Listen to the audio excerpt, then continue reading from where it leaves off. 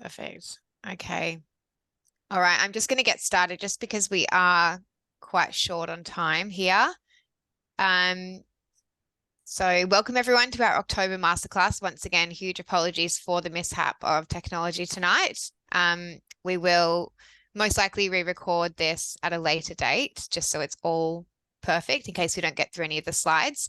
The Climate Care program is with Dr. Jeremy Watson and Dr. Annalise Johnson. And just some housekeeping before we get started, please mute yourself throughout the presentation and ask questions you have in the chat. And if there's time at the end, you can ask Jeremy and Annalise and they'll be able to answer the questions. So we'll do opening remarks, presentation, and there'll be time for Q&A at the end. Before I continue, I'd just like to acknowledge and pay respects to our First Nations peoples, past and present and emerging. Traditional owners have cared for this country upon which we work and meet for over 60,000 years. Its lands and oceans, its trees and grasslands, its wildlife. We endorse the Uluru Statement and acknowledge this land has never been ceded. I don't see nature as a commodity that belongs to us. It isn't the enemy to be dominated or simplified. There has been an escalating separation between humanity and the environment, but as our First Nations people tell us, we belong to the land and it's time to treat it with love and respect. My name is Claire and I'm the programs lead at Vets for Climate Action. I joined the team in May this year because I adore all animals and I sincerely believe that Vets for Climate Action do an incredible job of promoting awareness of the protection of animals we all adore, and those that are suffering through our changing climate. I'd also like to mention that VFCA couldn't do what we do without the support of our incredible volunteers, donors and partners such as Number One Australia, the leading full-service national distributor of natural pet products, and Leica, a natural dog food, and so many more, including the Advanced Queensland Ignite Fund. I wish I had time to thank everyone, but I just don't. Tonight, we'll be hearing from Dr. Jeremy Watson and Dr. Annalise Johnson, who are both part creators of the Vets for Climate Action Climate Care program. You'll be learning the tools and knowledge to successfully integrate environmentally sustainable solutions into your day-to-day veterinary practice. You will learn how your practice can reduce costs and add value and attract and retain staff while championing the climate. Jeremy graduated from Melbourne Uni and Brimbank Vet Clinic, now a 5 small vet animal practice in suburban Melbourne in 2011. Brimbank Vet is the first registered veterinary clinic to be carbon neutral as well. Dr. Annalise Johnson is a senior veterinarian and graduated with honours from the University of Queensland in 2012 and joined the team in 2022. Annalise's professional interests are dermatology and, sorry, I cannot ever say this word, ophthalmology, internal medicine, animal welfare. And Annalise is very passionate about helping vet clinics transition to a more environmentally sustainable model of practice and is a leader of Greater Springfield Vets Climate Care team. Please put your hands up if you have any questions. And just moving on, I'd like to introduce you to Jeremy. Thanks very much, Claire. So I might just try and just get the screen share happening. Is that working? It's loading, but yep, it is. Great. And just go to present. How's that? All right. Look, thanks very much for that very in-depth introduction, Claire.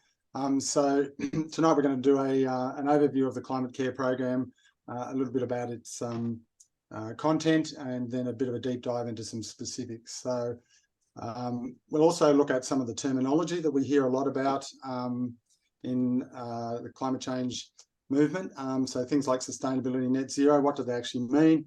We'll then have a quick climate science update and why we actually need to get cracking on all this. Then what we can do as a veterinary team, and then we'll look at the overview of the Climate Care program, how it works, why it's good for business, and then we'll actually look at some practical examples of how it works as we go through each of the modules. So a couple of terms that we often come across in the media these days. Sustainability is a commonly used term, and it's used in a number of different contexts. And so for the purpose of today's, we're really referring to the environmental context. And really it's about not really dumping waste into the environment for future generations to deal with. And the UN has quite a good definition of sustainability, which is meeting the needs of the present generation without impacting on the ability of future generations to meet their own needs. So essentially not making waste for others to deal with. And that really encapsulates what we're trying to deal with the climate crisis, in that we're dumping carbon dioxide and greenhouse gas emissions into the atmosphere, and future generations are going to have to pick up the pieces. And then net zero is a term that's now widely used in the media. All political parties in Australia have committed to net zero by 2050. And really what that involves is reducing your carbon emissions or your greenhouse emissions to as close to zero as possible, and then neutralising the last few remaining amounts by the use of carbon credits. And a carbon credit really represents the removal of carbon dioxide from the atmosphere with the use of things like reforestation or increasing soil carbon. So I'll just do a really quick summary of climate science. I know we're all scientists, and we're familiar with looking at these kind of graphs, but these three graphs kind of tell the story of the past, the present, and the future. And this one here on the left, here, I think if my mouse is working correctly. So this is taken from a webinar on the Vets for Climate Action website by Professor Mark Howden. He is a climate scientist. He sits on the IPCC board. He's a Nobel Prize winner, and he's also on the board of the Vets for Climate Action. And this was a 2008 study where they looked at gas bubbles collected out of ice core samples, and they were able to measure carbon dioxide in the atmosphere over the last 800,000 years. And you can see here it goes up and down over that time period. When it was up, we had a warm period. When it was down, we had an ice age. And there's about 6 degrees between the troughs and the peaks in this graph. So it's about 8 ice ages in the last 800,000 years. But the big change has been in the last 200 years since the Industrial Revolution. And we can see here carbon emissions have now gone up to beyond 400. They're actually about 420. So this is a significant change from previous millennia.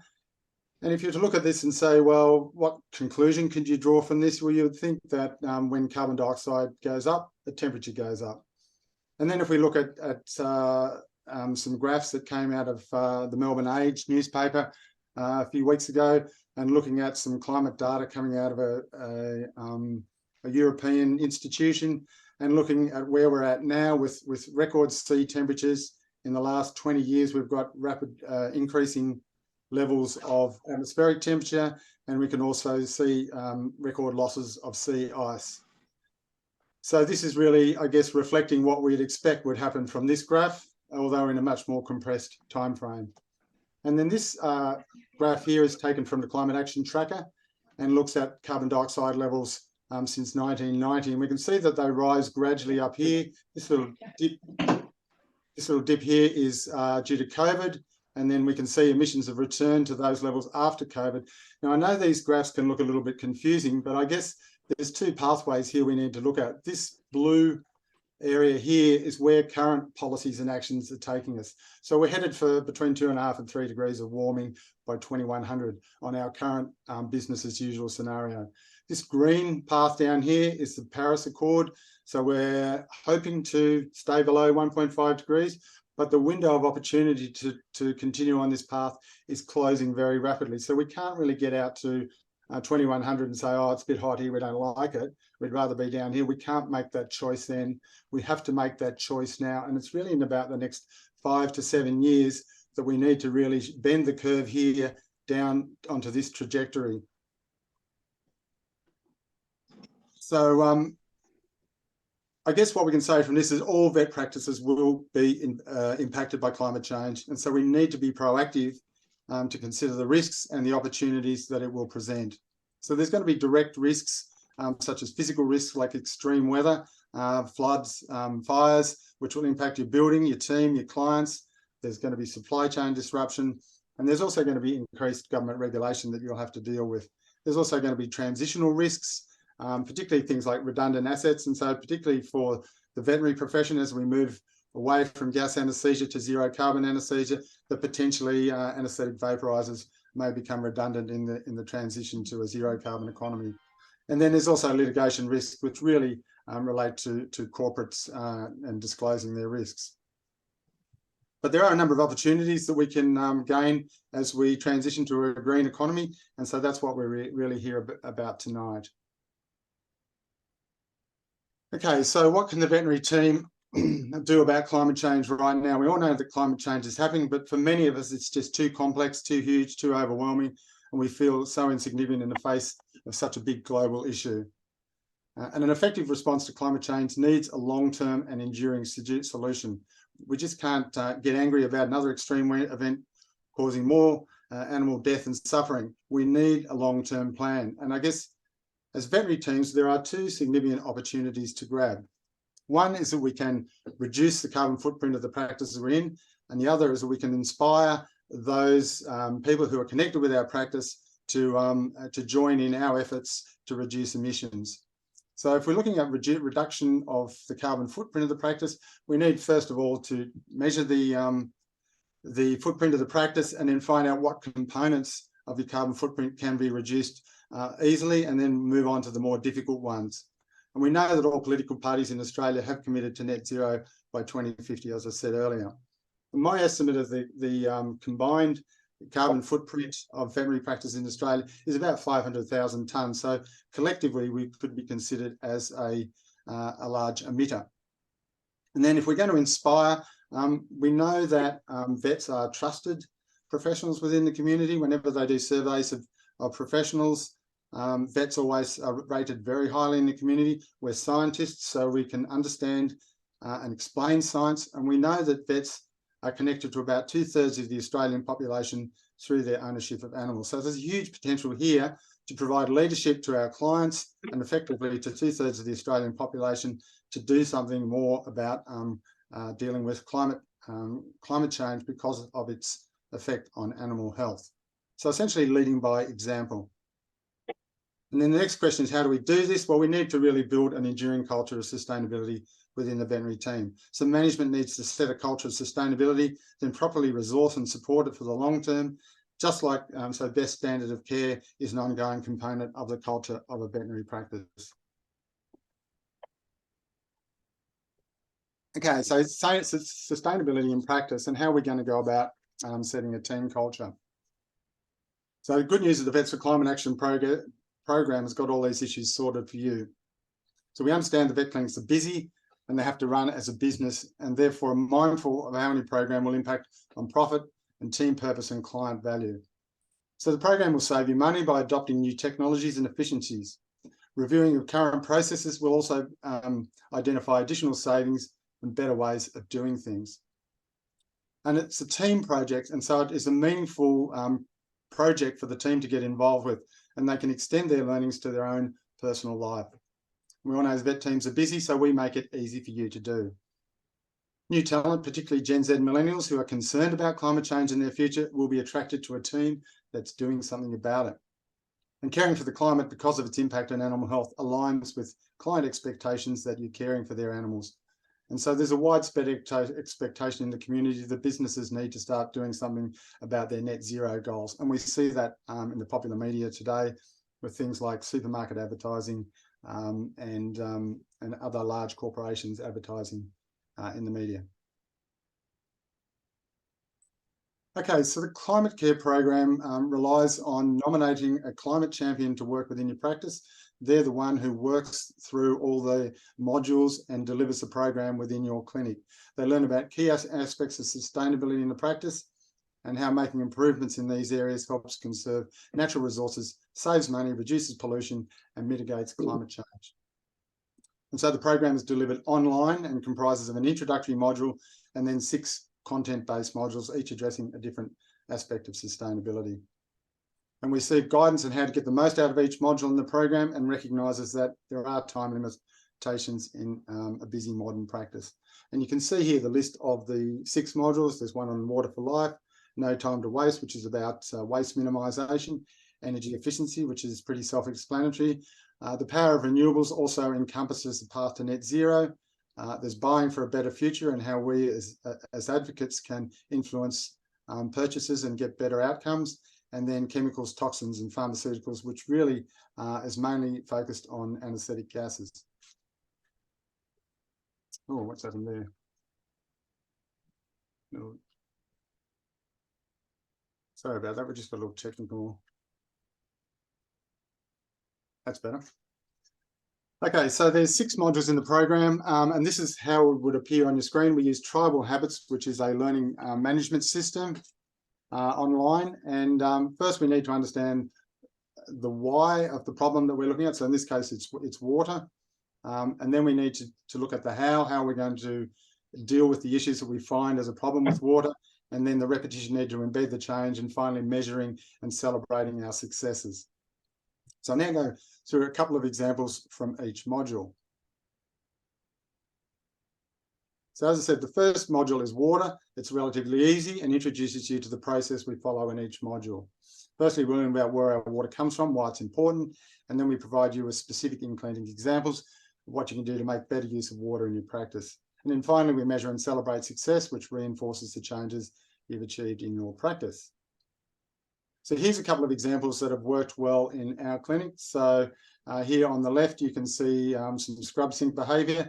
And we all know that we don't need to have the tap running the whole time when we're scrubbing for surgery. And a study in the human field showed that if you turn the tap off while you're doing the scrubbing, that you can save up to 5 litres of water per scrub. The other thing that's been quite successful in our practice is changing the aerators on the taps. And you can see here the common taps at your basins all contain an aerator. Most aerators are standard 9 litres per minute, but you can actually change these and put a little insert here, as you can see here, that can restrict the flow down to 3 litres a minute. You only need 3 litres a minute to rinse your hands. You don't need 9 litres a minute. So, for example, in our practice, we've got 15 basins and sinks. We changed them all over. And so we calculated that with 10 people washing their hands 10 times a day, that we could effectively save about 30,000 litres of water in a year, or about $100 worth. And maybe I might cross over to you, Annalise, so you can perhaps talk us through some of the water saving things that you've done in your practice that have worked well. Yeah, thanks, Jeremy. Hi, everyone. My name is Annalise Johnson. As Claire said, I work at the Greater Springfield Vets, which is in Ipswich in southeast Queensland. Just as a bit of background, we actually have 3 hospitals that are all sort of run independently, but we're privately owned. So our everything sort of applies to all 3 of our hospitals. So some of our numbers are quite big.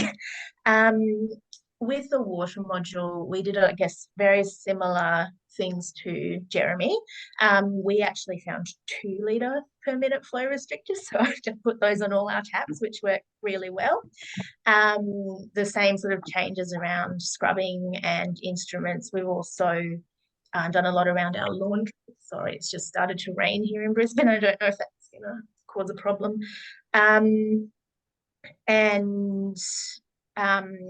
One of our hospitals also had a water tank, so we've gotten that up and running. Our other 2 hospitals are in sort of like industrial sort of areas where we're attached to other buildings, so we don't have the ability to do that at all of our hospitals. But just some numbers for you. So over a 12-month period, since we've implemented our water module changes, we've decreased the water consumption in our main hospital, which is the only one we have all the data for, by 25% in 12 months. And that's equated to a saving on our electricity bills of $725. Wow. Fantastic. Okay, well, we might keep moving along a bit. So each of the modules, so in the water module and all the other modules, start with a few easy wins, and then there's a few more advanced for the more ambitious. This is just one here at our practice here, and you can see we've fortunately got a rainwater tank and a pump that takes rainwater into the toilets.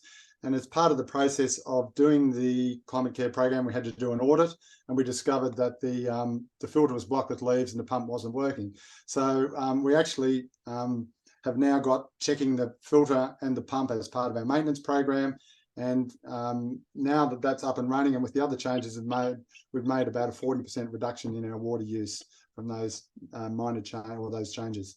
The other thing that's been really effective in our team is a bedding review. Now, I don't know about what your experience has been, but I've worked in a number of practices, and it seems that bedding is just an accumulation of donated towels, blankets, fabrics, often things that are left when a patient is euthanized, and they just seem to accumulate higher and higher on top of the cages.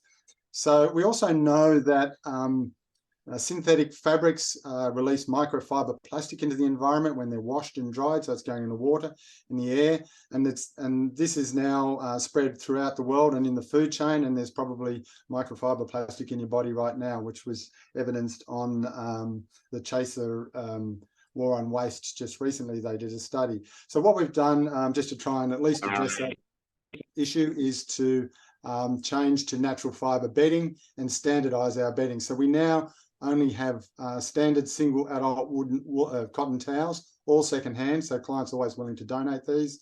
And then we have woolen blankets cut to 2 sizes. So we only have a small and a large, and we use these as throwovers to keep patients warm. We don't wash them every time we use them because most patients are pretty clean these days, and I haven't seen a flea in about 6 months. So I think it's quite okay to just keep using them unless they get soiled.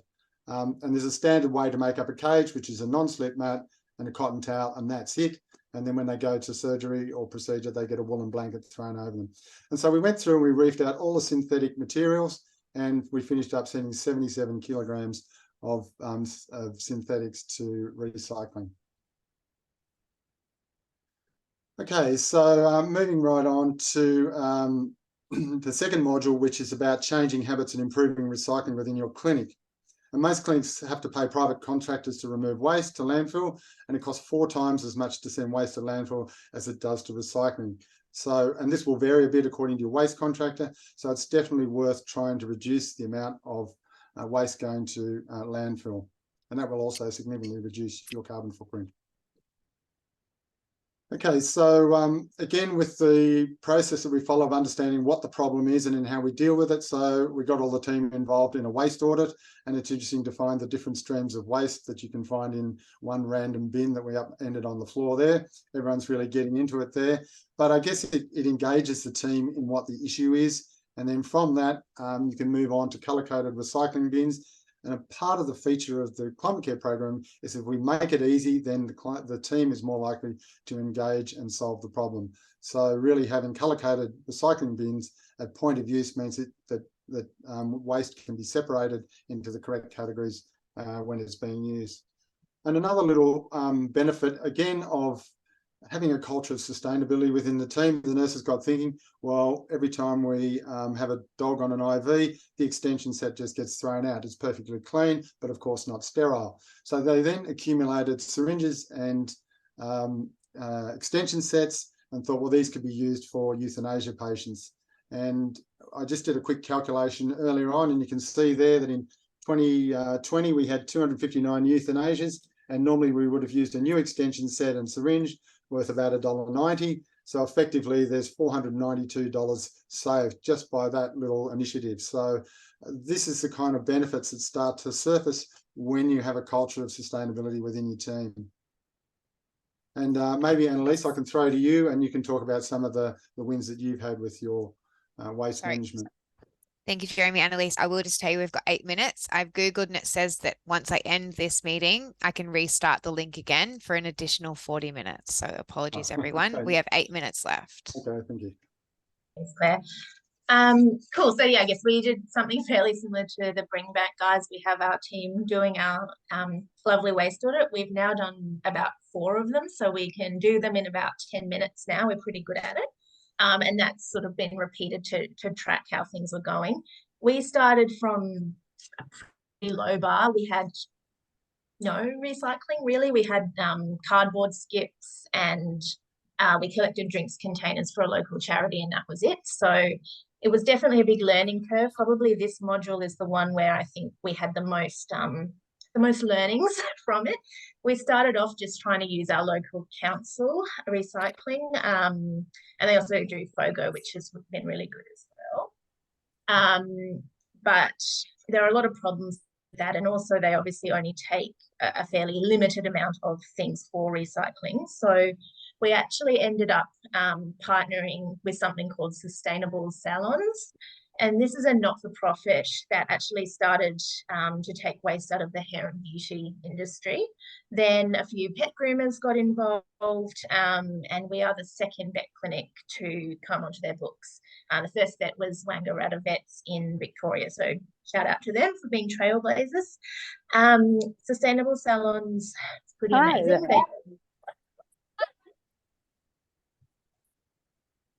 Is that someone from where you're out of it? Ah, Sorry, Brian, are you just Oh, able that's to good. mute your microphone if that's okay? I'm just going to, sorry, keep going in the interest of time. So yeah, the sustainable salons, it's really great. So they take basically anything uncontaminated, which obviously in a vet clinic, we do have a surprising Hi there. amount of uncontaminated waste, which is good. So all of our plastics, that includes soft plastics, hard plastics, PCV, they all get recycled. Paper and small cardboard boxes, like your drug boxes, needle boxes, syringe boxes, that sort of thing. Metals, all of our pet hair, we do have a grooming salon, so grooming pet hair and pet hair from surgical prep. And they also take some industry-specific electrical items like critters. And they're also very good at sort of helping us out if we have a difficult item we don't know what to do with. They'll often be able to take it for us. So it's very much a what can we do, not what can't we do, which was the problem we had with some other recyclers. The way that it works is in terms of cost is that they work on a levy model. So certain billable items incur a sustainability levy of $3. And then that is then passed on to sustainable salons. So I guess the clients are paying for the program, but we only put it on to items that incur a lot of waste. So obviously grooming, surgical procedures, hospital procedures, and then some of our like lab procedures where there's waste generated out of those. But great care was taken in the setup to ensure that it would only be applied once per visit, not to multiple items on the same bill. So we think it's a very fair system, and we certainly haven't had any backlash about it at all. So because we're not paying for it, has led to some good savings for the business. So by implementing our waste stream with sustainable salons, we've saved about $2,600 a year by cancelling some of our other paid waste streams, specifically TerraCycle, which is quite a costly program, and our council recycling. And after 2 months, we were able to halve the number of landfill skip pickups that we needed, and that's saving us an additional $480 a year. Good. It was a very easy program. They do provide training directly to the whole team. We also have an account manager that deals with any problems. And as you can see in this picture here, they provide a very easy to use a uniform bin system, which we found our staff have really found very easy to use, and a very simple procedure for sending the rubbish back to them, resources back to them as well.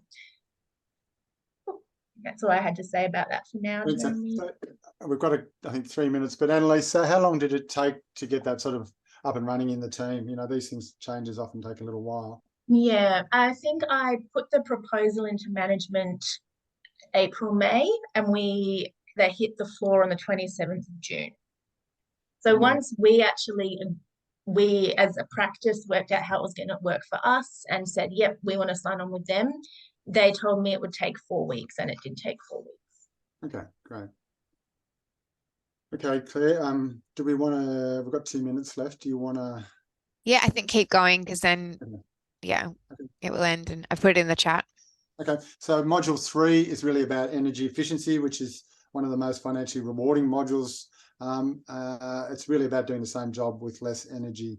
And within the climate care program, we have partnered with a energy assessment company to help you navigate the landscape of government grants and solar panels, batteries, and that more technical kind of stuff, which often people find overwhelming. But some of the simple wins within that module, a lot of equipment around the clinic, computer monitors, heat pads, table warmers, etc., are often left on overnight. So you can see here on the left, you can just buy simple timers to go on your plug. and you can set them to turn off at night. Similarly with air conditioning, you can also set the temperature at an appropriate temperature in summer and winter, so you're not overheating in winter or overcooling in summer. And you can also get now, with a lot of new split systems, Wi-Fi enabled controllers, which enables them to be switched off overnight automatically, and so people are not going to leave stuff on overnight. And then another win is to have your air conditioning regularly serviced. And this is you can see here the amount of dust, and there's actually mold in there that builds up.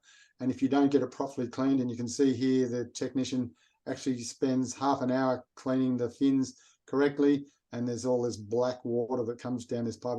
I've got a picture somewhere else, but I haven't put it here tonight. But it makes a huge difference. It can increase the efficiency of your aircon by at least 10 to 15% by having them regularly maintained. So that's another feature of the whole program, like keeping the leaves out of your water tank, is about regular maintenance to make sure that stuff is working to peak efficiency. Okay, and so for the more ambitious in our practice, we got a free LED lighting upgrade. So LED lights will save us about $800 a year in electricity, and we had about 40 fluorescent lights replaced free of charge under a government scheme. And then the other thing we've done is we've gotten off gas completely in the clinic. And so we've changed our gas hot water over to heat pump hot water. So this is the old gas system here in a steel cage, because in our area it was knocked off 3 times, but eventually they gave up. And now we have heat pump hot water here, which has been the first and only system that we've had. So yeah, so and again, with the Climate Care program, we have